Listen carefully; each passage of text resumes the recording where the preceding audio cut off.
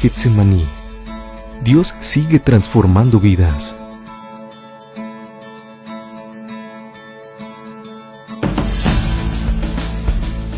Si usted viene a Getsemaní, nosotros vamos a amarlo.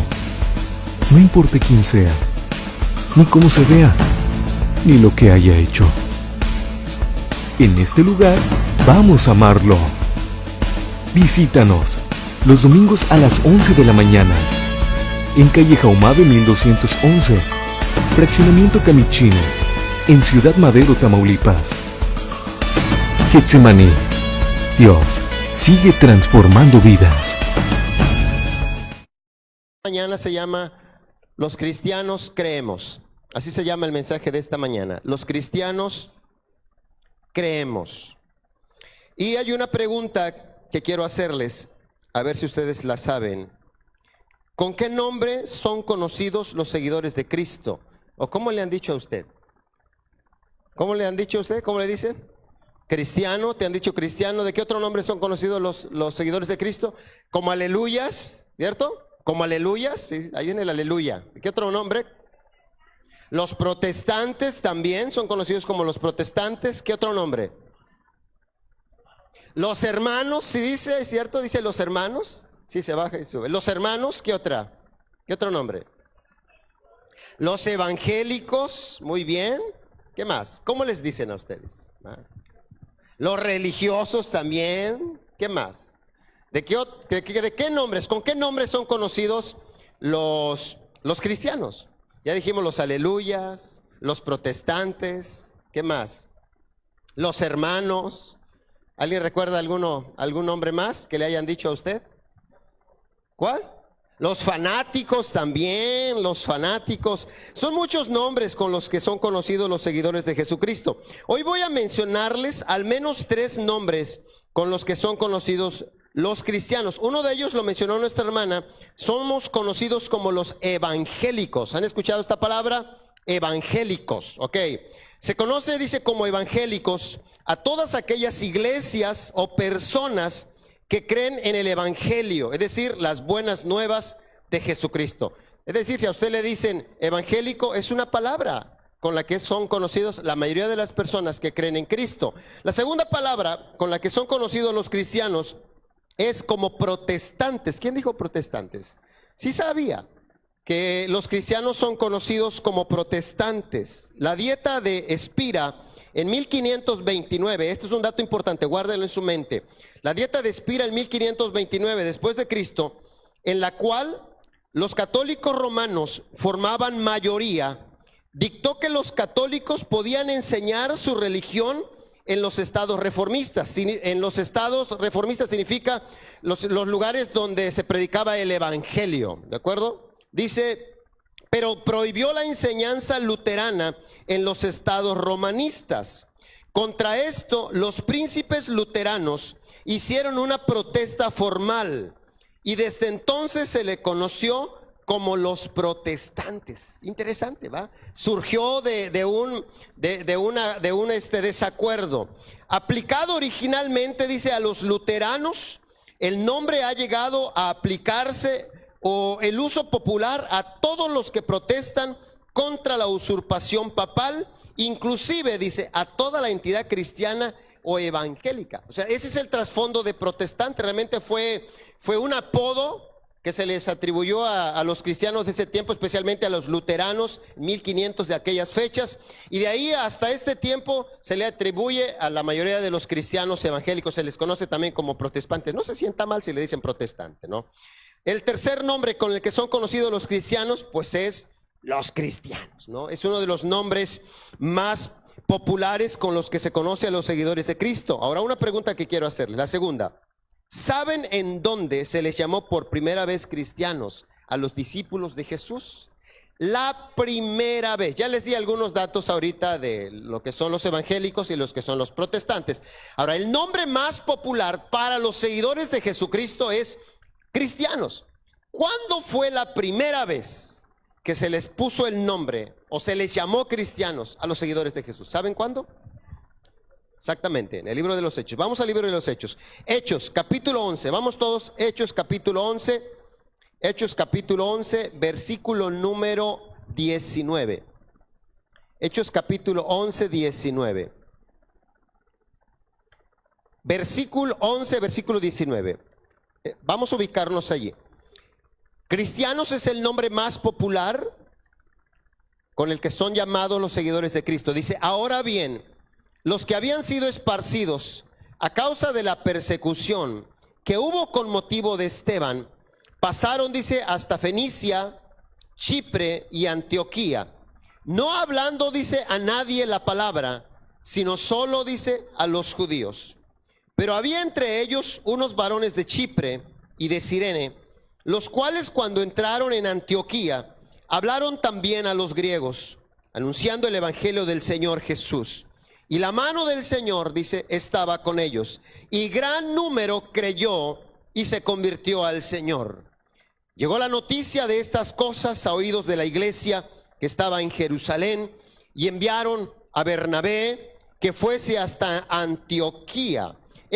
Cuando llegó y vio la gracia de Dios, se regocijó y exhortó a todos, dice, a que con propósito, a todos, ¿qué dice? A que con propósito de corazón permaneciesen fieles al Señor. Dice, porque era varón bueno y lleno del Espíritu Santo y de fe. Y una gran multitud fue agregada al Señor. Después, dice, fue Bernabé a Tarso para buscar a Saulo, y hallándole, le trajo ¿a dónde? A Antioquía. Y se congregaron allí todo un año con la iglesia, y enseñaron a mucha gente, y a los discípulos se les llamó, dice, cristianos por primera vez en Antioquía. Así es que si le preguntan cuándo fue la primera vez que se les llamó cristianos a los seguidores de Jesús, fue aquí, en Antioquía. Entonces, uno de los nombres con los que somos conocidos nosotros, los seguidores de Jesús, es como cristianos. Cuando le preguntan a usted de qué religión es, yo creo que lo sano que usted debe de hacer es, debe de contestar, yo soy cristiano. O sea, eso es lo más sano, ¿no? ¿Y de qué denominación eres? Yo entiendo lo que preguntan cuando dicen eso, ¿no? ¿Y de qué denominación eres?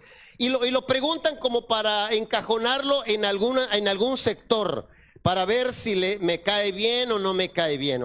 Tú eres tal, ¿verdad? Tú eres tal. No, yo siempre cuando me preguntan, ¿de qué religión es usted, pastor? Yo soy cristiano. O digo, soy un seguidor de Jesucristo, sencillamente.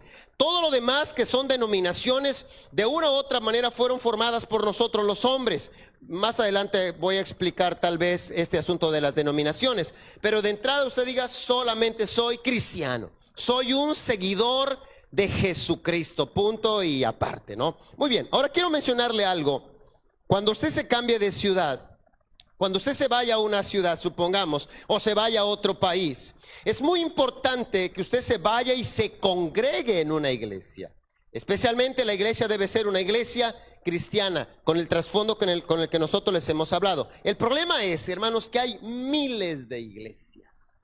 Hay cientos de iglesias en el mundo y también aquí en la ciudad. Si usted se cambia a Altamira o a otro lugar, usted va a buscar una iglesia. La iglesia tiene que ser cristiana, tiene que tener al menos 5 características.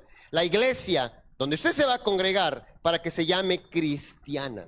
Si no tiene esas 5 características, usted debe de buscar otra donde tenga esas 5 características. Ahora, estas características, hermanos, son características que las tienen todas las iglesias cristianas evangélicas en el mundo. Diferimos de algunas cosas. Diferimos tal vez de la música, pero eso es irrelevante. Diferimos tal vez de la vestimenta, pero es irrelevante. Diferimos tal vez a lo mejor de la pintura del templo, es irrelevante. Si levantamos las manos o no las levantamos, es irrelevante. Si aplaudimos o no aplaudimos, es irrelevante. Pero estas 5 características, hermanos, no son negociables. Y es importante que usted las tenga, que las guarde. Y si va a otra iglesia, asegúrese de que estas características estén en esa iglesia. Si no, mi consejo es que corra, ¿verdad? Y busque otra donde sí las tengan. La primera característica que debe tener una iglesia que se considera cristiana o evangélica o protestante: creemos que la Biblia es la palabra de Dios. Esa es la primera característica que tiene una iglesia cristiana evangélica. La iglesia cristiana, hermanos, nosotros creemos que la Biblia es la palabra de Dios en el mundo. Cuando usted llega a una iglesia, el libro que debe usarse, sobre el cual el pastor o el líder predica, debe ser la Escritura. No debe ser ningún otro libro, debe ser la Escritura. Los cristianos evangélicos en el mundo creemos que la Biblia, escuche, no contiene la palabra de Dios. Es la palabra de Dios. No la contiene, porque hay algunos que dicen que cuando la abres y te hace llorar, entonces es palabra de Dios. Pero si la lees y no sentiste nada, no es palabra de Dios. No es cierto. La sientas o no la sientas, lo creas o no lo creas, esto es la palabra de Dios. Nuestra única regla de fe y de conducta. Entonces, si usted llega a una iglesia y ve que están predicando de otro libro, o el pastor agarra otros libros para predicar, no está bien.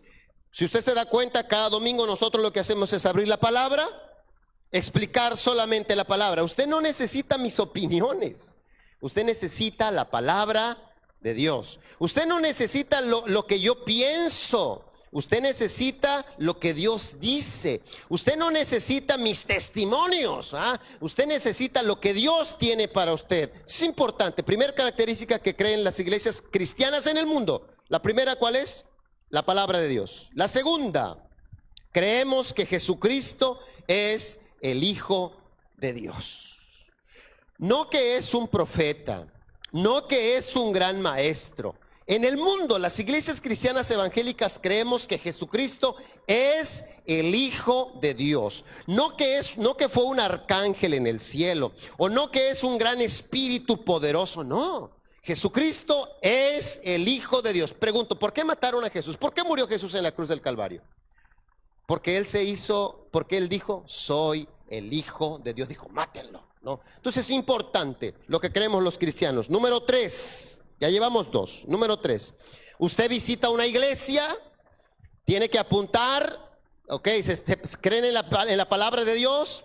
Palomita. Número 2, ¿creen que Jesucristo es el Hijo de Dios? Si no creen, entonces corra de ese lugar. Número 3, creemos que Jesucristo murió en la cruz por nuestros pecados, que resucitó de los muertos al tercer día y subió al cielo. Esto creemos, es la tercera cosa que nosotros creemos como cristianos. Creemos que Jesucristo murió en la cruz, dice, por nuestros pecados. Es el fundamento que nosotros los cristianos creemos en el mundo, la tercera característica. La cuarta, creemos que la sangre de Cristo nos limpia de nuestros pecados y que solo por medio de Él podemos ser salvos. No hay ningún otro mediador entre Dios y los hombres. ¿Más que quién?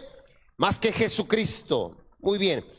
Y la quinta, creemos que Cristo vendrá por segunda vez y que los creyentes resucitarán y que Él juzgará al mundo. Si usted se da cuenta, para nosotros los cristianos, Jesucristo es el centro de nuestro mensaje. Pues por eso nos llamamos, ¿qué? Pues cristianos. Por eso nos llamamos seguidores de Jesucristo. Para nosotros los cristianos en el mundo, el fundamento, lo que es el centro de nuestro mensaje, hermanos, es Jesucristo. Busquen su Biblia, un texto muy importante. Juan, capítulo 14, versículo número 6. Para un cristiano, Jesucristo es la figura central del Evangelio. Juan, capítulo 14, versículo 6. Jesús les contestó: yo soy el camino, dijo él, la verdad, ¿qué dice? Y la vida. Solamente por mí se puede llegar al Padre. No hay otra manera. La única manera de poder llegar al cielo, de poder llegar a conocer a Dios, es a través de ¿quién? De Jesucristo. Entonces, cuando usted llega a una iglesia, es importante que el mensaje sea cristocéntrico. Si no, no puede llamarse una iglesia cristiana evangélica. Busquen su Biblia. Primera de Timoteo, capítulo 2, versículo 5. Dice, porque hay un solo Dios. ¿Qué dice? Y un solo mediador entre Dios y los hombres, Jesucristo, hombre. No debe existir ninguna persona, no debe existir ninguna imagen, no debe existir nada que le quite la gloria a esto que es importante. Jesucristo es el centro del mensaje de los cristianos. Por eso nos llamamos cristianos, Y por eso nos llamamos seguidores de Jesucristo, porque creemos en su mensaje. Juan capítulo 10, versículo 9, dice, Juan capítulo 10, versículo 9, dice, yo soy la puerta, dice. El que por mí entrare, dice, será salvo. No existen muchas puertas, hay una sola puerta. Se da cuenta entonces que no hay manera de que el mensaje sea diferente. Si la iglesia es cristiana, si la iglesia es evangélica, el mensaje es Jesucristo, es el centro. Dice, no, yo soy la puerta. El que por mí entrare, dice, será salvo. No hay muchas puertas, nada más hay ¿cuántas? Una. ¿Y cuál es para entrar al cielo? Jesucristo. Muy bien, Mateo 27, versículo 45. Vamos a leer. Los cristianos creemos en la obra de Jesucristo. Nosotros tenemos una cruz acá, no la adoramos. En la parte de afuera también tenemos una cruz, pero es para recordarnos la obra de Jesucristo. Por eso nos llamamos cristianos, creemos en todo lo que Él hizo. Mateo 27, versículo 45 al 50. Los cristianos creemos en la obra de Jesucristo. Busquen su Biblia, esto es muy importante. Mateo 27, versículo número 45. ¿Qué hizo Jesucristo? Vamos a ver qué hizo Jesucristo. Y desde la hora sexta hubo tinieblas. Quiero que se imagine esto. Sobre toda la tierra hasta la hora novena. Cerca de la hora novena, Jesús clamó a gran voz diciendo, Elí, Elí, lama sabactani. Esto es, Dios mío, ¿por qué me has desamparado? Algunos de los que estaban allí decían al oírle, a Elías llama. Y al instante corriendo uno de ellos tomó una esponja y la empapó de vinagre y poniéndola en una caña le dio a beber. Pero los otros decían, deja, veamos si viene Elías a librarle. Mas Jesús, habiendo otra vez clamado, dice, a gran voz, dice, entregó el Espíritu. Esta es una escena del momento antes de que Jesucristo muriera en una cruz. Y una de las cosas que se puede notar en esto que acabamos de leer, pareciera como si Jesucristo estuviera solo en la cruz del Calvario. Si usted puede notar lo que acabamos de leer, hay un grito de Jesucristo donde dice, Dios mío, dice, ¿por qué me has desamparado? Y pareciera, dice, hasta antes no menciona la Biblia que él se hubiera quejado o que le doliera algo, pero en este momento, hermanos, pareciera como si algo le doliera tanto. La Biblia menciona ahí que clamó. La palabra clamar es que gritó, dice la Escritura. Dice que él gritó como si algo muy fuerte le estuviera cayendo o algo muy fuerte le estuviera doliendo, algo le estuviera pasando al cuerpo, o como si... ¿Cómo? Y digo cómo porque estamos grabando y a lo mejor pueden poner otras palabras. Como si el poder de Jesús no estuviera con él. ¿Cómo digo? No que no estuviera. Y pareciera como si por primera vez en todo su ministerio algo lo tuviera que hacer solo. Siento en esa escena como si Jesús estuviera solo recibiendo algo sobre él que le doliera tanto. Y fíjense bien, vamos a ver. Busquen su Biblia. Hechos, capítulo 5. Yo he reflexionado sobre esto que pasó, porque hay una película que a mí me conmocionó bastante, la película La Pasión de Cristo. ¿Cuántos han visto esta película, La Pasión de Cristo, de Mel Gibson?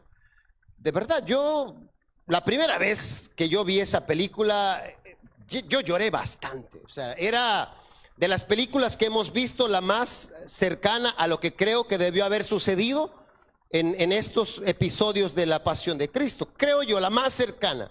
Y volverla a ver es algo, no sé, es algo muy cruda, es algo radicalmente, incluso creo, violenta.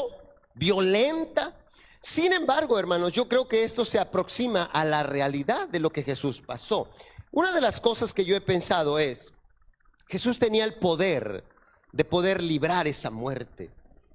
Nosotros cuando estamos a veces en peligro, oramos que no nos maten, que no nos golpeen o que no nos pase nada malo. Y oramos ser librados de esos episodios, librados de cosas feas, ¿no? Cuando yo noto a Jesús que lo agarran los soldados, lo golpean los soldados. La Biblia dice que lo escupen, dice la Biblia, los soldados. La Biblia dice que le ponen una corona de espinas. La Biblia dice que lo empujaban. La Biblia dice que lo clavaron. La Biblia dice que le metieron una espada. Tú dices, si a él le hicieron eso, o sea, ¿qué esperamos nosotros? Que somos sus seguidores. ¿Cree que nosotros merezcamos algo menos que eso? La Biblia dice que Él es nuestro ejemplo. Ahora, pregunto yo, ¿Jesús tenía el poder de librarse de ese episodio? Sí tenía el poder. ¿Recuerdan cuando llegaron los soldados a prenderlo? Dice la Biblia que Pedro se puso a defenderse y dice Jesús, cálmate, Pedro. ¿Crees tú que yo no tengo el poder, dice, de pedirle a mi Padre una legión de ángeles, muchos ángeles, y que nos defiendan ahora? Y los ángeles se ponen y los defienden como en el Antiguo Testamento, cuando los ángeles peleaban con el pueblo de Dios. Sí podía, pero no lo hizo. Ahora, en cada momento cuando los soldados, ustedes han visto la película, o sea, tú te dan ganas así como, oye, ¿qué te pasa, no? O sea, ¿por qué lo estás golpeando? Y no pasa nada. Nadie lo defiende, nadie lo defiende. Los amigos de él, que eran sus discípulos, todos corrieron, dice la Biblia. Unos a lo lejos lo iban siguiendo, pero nadie se animaba. Hubo uno que se animó y se metió ahí donde lo más cercano. Y cuando lo descubren, ¿qué hace él? Niega que lo conoce. Era Pedro. Dice, tú eres también el que eres. Dijo, no lo conozco. Jamás. Es más, la Biblia dice que Pedro empezó hasta a jurar, dice, jamás lo conozco. Es decir, en algún momento nadie lo defendió. Nadie. Hubo un momento que Pilato quiso hacer algo, pero al final lo crucificaron. Pregunto, ¿podía Jesús evitar eso? Sí lo podía. ¿Por qué no lo evitó? Podía evitarlo. Una muerte tan sangrienta, una muerte tan violenta. ¿Por qué morir así? ¿Por qué morir así? Busque Hechos capítulo 5. ¿Cómo es la ira de Dios por un pecado? Lo que le estaba pasando a Jesús en la cruz del Calvario cuando dijo Elí, Elí, lama sabactani, es que la ira de Dios estaba cayendo sobre él. ¿Cómo es la ira de Dios por un pecado? Hechos capítulo 5, versículo 1 al 6. Esta es una historia que muestra la ira de Dios por un solo pecado. La ira de Dios por un pecado. El pecado que está suscitándose aquí, vamos a ver qué es. Pero por un solo pecado, hermanos, por un solo pecado, la ira de Dios cae sobre un hombre. Vamos a ver qué estaba haciendo este hombre. Pero cierto hombre llamado Ananías, con Zafira su mujer, vendió una heredad y sustrajo del precio, sabiéndolo también su mujer. Una heredad es que vendió un terreno. O sea, dice que vendieron un terreno. Dice, y trayéndolo, y sabiéndolo también su mujer, y trayéndolo solo una parte, la puso a los pies de los apóstoles. Es decir, ¿qué fue lo que pasó? Resulta que tenían un terreno ellos dos. Son un matrimonio de la iglesia. Tenían un terreno.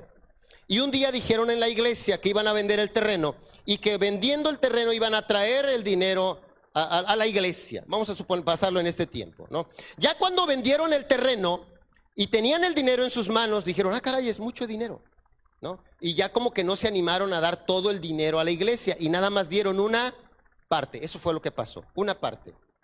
Dice la escritura, y dijo Pedro, Ananías, ¿por qué llenó Satanás tu corazón para que mintieses al Espíritu Santo? ¿Cuál es el pecado entonces que está pasando aquí? Una mentira. Una mentira, o sea, no es un adulterio, no mató a alguien, no es un robo, es una mentira tanto de que la pregunta era, ¿vendiste en 100,000 pesos el terreno? Tan sencillo, ¿sí? No. ¿Grave? Tú dices, pues quién sabe, no sé si sea tan grave, ¿no? ¿Vendiste en 100,000 pesos el terreno? Sí, no. Bueno, vendieron en 100,000 pesos el terreno, pero solamente van a dar ¿cuánto? 50 vamos a suponer. Dice la escritura, y sustrajeses del precio de la heredad, reteniéndola, no se te quedaba a ti. Es decir, el terreno era tuyo. Tú lo pudiste haber vendido en lo que quisieras. El problema fue que dijiste que ibas a dar el dinero a la iglesia. Dice, no se te quedaba. Y vendida no estaba en tu poder. ¿por qué pusiste esto en tu corazón? No has mentido a los hombres, dice, sino a Dios. Al oír Ananías estas palabras, cayó y expiró. Y vino un gran temor sobre todos los que lo oyeron. Y levantándose los jóvenes, lo envolvieron y sacándolo, dice, lo sepultaron. La ira de Dios por un pecado. ¿Qué le pasó a ese hombre cuando recibió la ira de Dios? Murió. O sea, murió por un pecado, hermanos. ¿Qué pecado era? Mentir. Ahora imagínense si la ira de Dios cayera sobre nosotros cada vez que decimos una mentira. Pues ya no estuviéramos aquí, ¿verdad? Todos, empezando desde el pastor para allá, ¿verdad? La ira de Dios por un pecado. En el Antiguo Testamento aparece una historia también pues fascinante por lo que contiene. Segunda de Samuel, capítulo 6, versículo 1. Esta es la ira de Dios, hermanos, la ira de Dios, porque un hombre no dijo una mentira. Un hombre solamente lo que hizo fue tocó. O sea, tocó un mueble que simbolizaba la presencia de Dios. Solamente lo tocó. Y vamos a ver las circunstancias en que lo tocó, porque pudiéramos ser cualquiera de nosotros. Dice, David volvió a reunir a todos los escogidos de Israel, 30,000. Y se levantó David y partió de Baala de Judá con todo el pueblo que tenía consigo para hacer pasar de allí el arca de Dios. Escuche, arca de Dios, simbolizaba la presencia de Dios, sobre la cual era invocado, dice, el nombre de Jehová de los ejércitos, que mora entre los querubines. Pusieron el arca de Dios sobre un carro nuevo y la llevaron de la casa de Abinadab, que estaba en el collado. Escuche, y Usa y Aio, hijos de Abinadab, guiaban el carro nuevo. Y cuando lo llevaron de la casa de Abinadab, que estaba en el collado, dice, con el arca de Dios, Aio iba delante del arca, y David tocaba la casa, y David y toda la casa de Israel danzaban delante de Jehová, dice, con toda clase de instrumentos de madera, de haya, con arpas, salterios, panderos, flautas y címbalos. Cuando llegaron a la era de Nacón, Usa extendió su mano, dice, al arca de Dios y la sostuvo, la agarró nada más, la sostuvo. Ahora la razón por la que la sostuvo, dice, porque los bueyes tropezaban. Es decir, ¿por qué agarró el arca?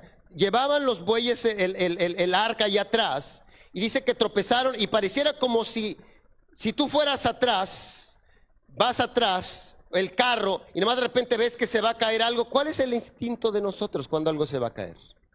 Yo siempre lo hago. O sea, el teléfono se cae y yo rápido meto el pie y me cae acá, ¿no?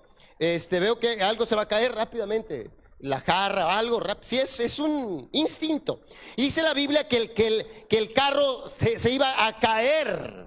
Entonces, ¿qué hace el hombre? Mete la mano y agarra lo que simbolizaba el arca, la presencia de Dios. Escuche. Y la sostuvo porque los bueyes tropezaban. Y el furor de Jehová se encendió contra Usa y lo hirió allí Dios por aquella temeridad. Y cayó allí muerto junto al arca de Dios. Esa es la ira de Dios por un pecado. O sea, la ira de Dios por un pecado. ¿Qué les pasa a las personas, o qué les pasó a las personas por un solo pecado? Al caer la ira de Dios sobre ellos, ¿qué les pasó? Murieron. Cuando Jesucristo estaba diciendo Elí, Elí, lama sabactani, lo que él estaba recibiendo sobre él no solamente era un pecado, o sea, era toda la ira de Dios sobre Jesús, pero no solamente por un pecado, no solamente por uno. Estaba recibiendo la ira de Dios por miles y millones de pecados sobre él. Y literalmente él, dice la escritura, que estaba recibiendo toda esta ira. Dice, busquen su Biblia, Isaías 53:6.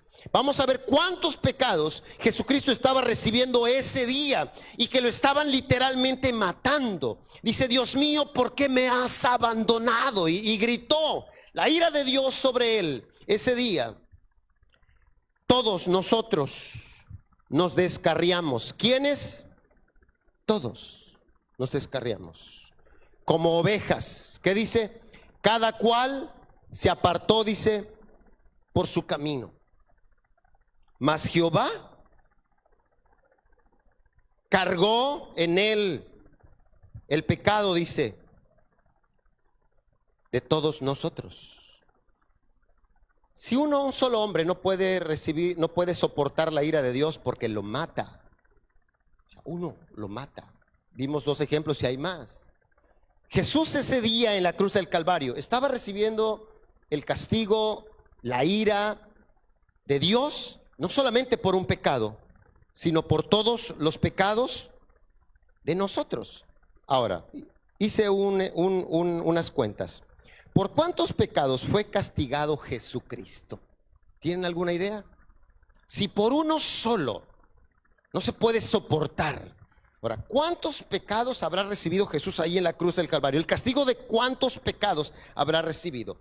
Si por uno solo no lo puede soportar un hombre. Vamos a suponer que una persona comete 5 pecados por día. Uno de nosotros. Y ahorita me ayudan, saquen su calculadora para poderlo multiplicar. Comiencen a contar, Ujieres o Consolación, ¿cuántos somos aquí nada más, aquí abajo? Pero vamos a contar por una persona. Vamos a suponer que una persona de nosotros comete 5 pecados diarios. 5 pecados diarios, ¿de acuerdo? A la semana son 35 pecados, ¿de acuerdo? 35. Al mes son 140 pecados, que ya son muchos. Si por uno solo morían los hombres, la ira de Dios. Al año son 1680 pecados. Si esta persona llega a vivir 50 años, vamos a ponerle bajita la mano, 50 años, que no viven 50 años, el promedio que es, creo que es 60, algo así. Si esta persona vive 50 años, habrá pecado 84,000 veces. 84,000 veces. ¿Cuántos somos ahorita aquí? Agarre su calculadora, 84,000 y multiplícalo por todos los que estamos acá. Para ver cuántos pecados, al menos nada más de nosotros la iglesia, Jesucristo recibió ese día cuando Él gritó, Dios mío, ¿por qué me has abandonado? ¿Tienen ya la calculadora? 84,000, ¿por cuántos? ¿Cuánto? 30 millones de pecados. Cuando Jesús estaba en la cruz del Calvario, muriendo, la ira de Dios, hermanos, eso es real.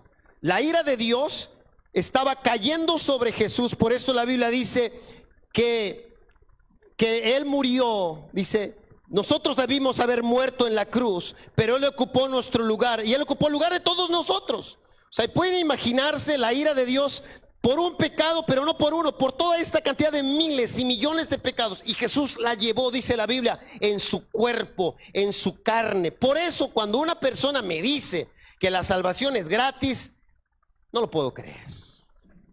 No lo puedo creer. La salvación no es gratis, hermanos. Nunca ha sido gratis. Es más, nada hay gratis, para que tenga usted claro. Nada hay gratis. No hay gratis. Ahí en el supermercado le ponen ahí gratis, nada hay gratis. Si va a comprar una casa le dicen que le van a regalar 25,000 pesos, nada es gratis, se la sacan de su cuenta, ¿verdad? Nada es gratis. Cuando las personas quieren abaratar la obra de Jesús en la cruz del Calvario, me dan no sé qué, porque no fue gratis. Lo correcto es invaluable, no es gratis. Yo recuerdo hace algunos años, cuando nosotros salimos de la iglesia, íbamos en el carro platicando qué vamos a comer. Y mi esposa dijo que si comíamos pollo rostizado. Yo dije, sí, está bien, vamos a comer pollo rostizado. Y fuimos allá a un lugar, nos estacionamos y yo entré, había 2 puertas, una puerta de entrada, otra puerta de salida. Y yo entré y pedí un pollo rostizado. Pero creo que había una oferta ese día, ¿no? Entonces yo dije, pues voy a regresarme para ver si Ruth quiere la oferta, ¿no? Entonces cuando yo me regreso a preguntarle algo a ella me dice, no, está bien un pollo, ok, me regreso. Y cuando tomamos el pollo, resulta que el pollo ya estaba pagado. Su pollo ya está pagado.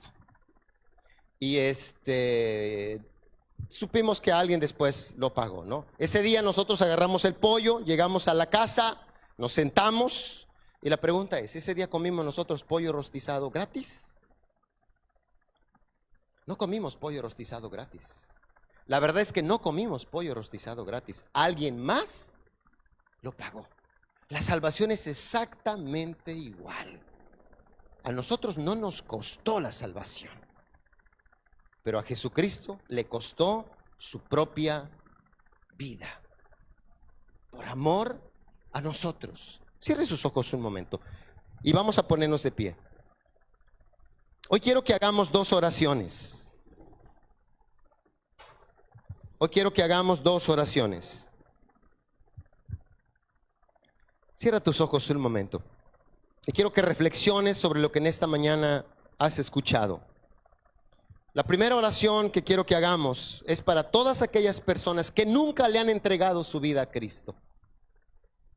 Que nunca le han entregado su vida a Cristo. La Biblia dice que Jesucristo vino a morir por ti. Él quiso venir a morir por ti, por todos tus pecados. Él cargó tus pecados, dice la Biblia, en la cruz del Calvario. Y Él te ofrece la salvación, la entrada al cielo. Te la ofrece de una manera que tú solamente necesitas recibirla.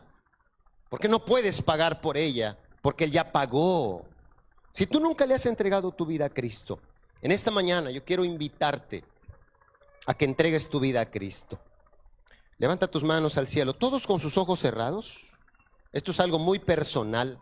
Si nunca le has entregado tu vida a Cristo y en esta mañana quieres decirle, Jesucristo, yo te entrego mi vida, yo quiero recibir ese perdón de pecados que tú ofreces a través de la cruz del Calvario. Levanta tus manos al cielo. Vamos a hacer esta primera oración. Si nunca le has entregado tu vida a Cristo, solamente si tú ya le entregaste tu vida a Cristo, mantén tus manos abajo. Si nunca le has entregado tu vida a Cristo, levanta tus manos al cielo. Levanta tus manos al cielo, sí. Y vas a decir conmigo la siguiente oración. Dile, Jesucristo, en esta hora, dile, yo creo que en una cruz tú moriste. Dile, tomando mi lugar. Dile, perdóname porque yo he sido un hombre pecador. Dile, yo reconozco que he hecho muchas cosas malas. Pero en esta mañana, dile, yo te pido perdón por todos mis pecados. En esta mañana, dile, yo te entrego mi vida. Y cuando yo muera, dile, donde tú estás, yo quiero estar. Dile, Jesucristo, a partir de ahora, dile, seré un seguidor tuyo. En el nombre de Jesús. Así con tus manos levantadas. Yo quiero hacer una segunda oración. La segunda oración que yo quiero que hagamos es por lo siguiente. Esta es para todos los que estamos en este lugar. La segunda oración que quiero hacer es para que valores la salvación que tienes. Me gustaría que te esforzaras para ser un buen cristiano. A Jesucristo le costó su vida para que estés en esta mañana aquí. A Jesucristo le costó su vida para que un día puedas tener un lugar en el cielo. Y sí me gustaría que a partir de ahora tú te comprometas con Jesucristo a ser cada día un mejor cristiano, que el sacrificio que Jesucristo hizo en la cruz del Calvario, cada vez que te vea a ti, Él pueda decir, valió la pena haber muerto por Él, se esfuerza por agradarme. Levanta tus manos al cielo.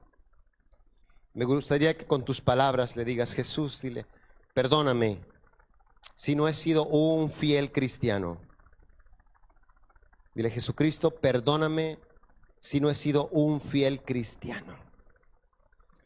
Dile, perdóname porque te he fallado.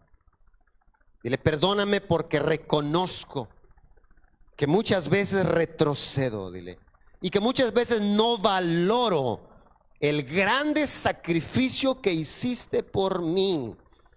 para darme una vida mejor, para darme una vida en el cielo.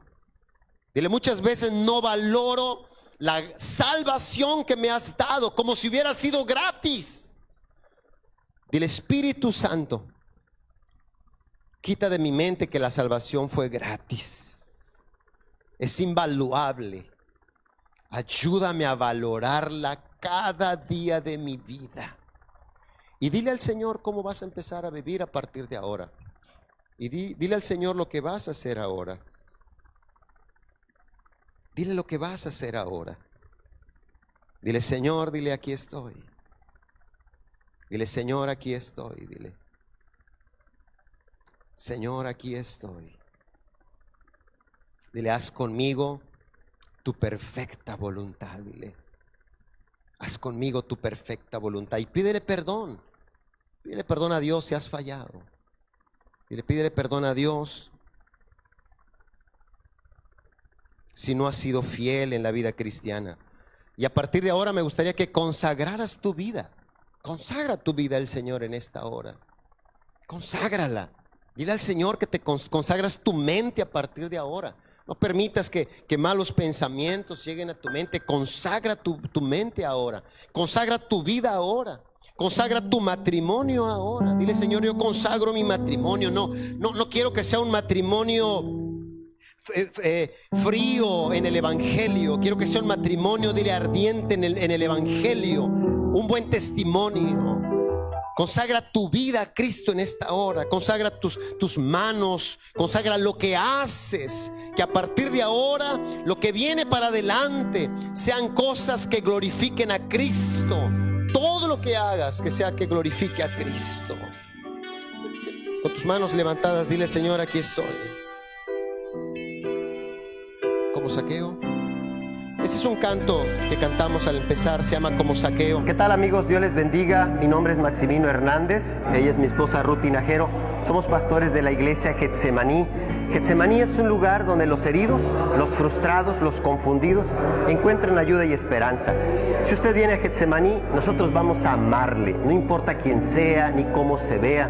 En este lugar vamos a amarle. Visítanos. Dios sigue transformando vidas. Hasta la próxima.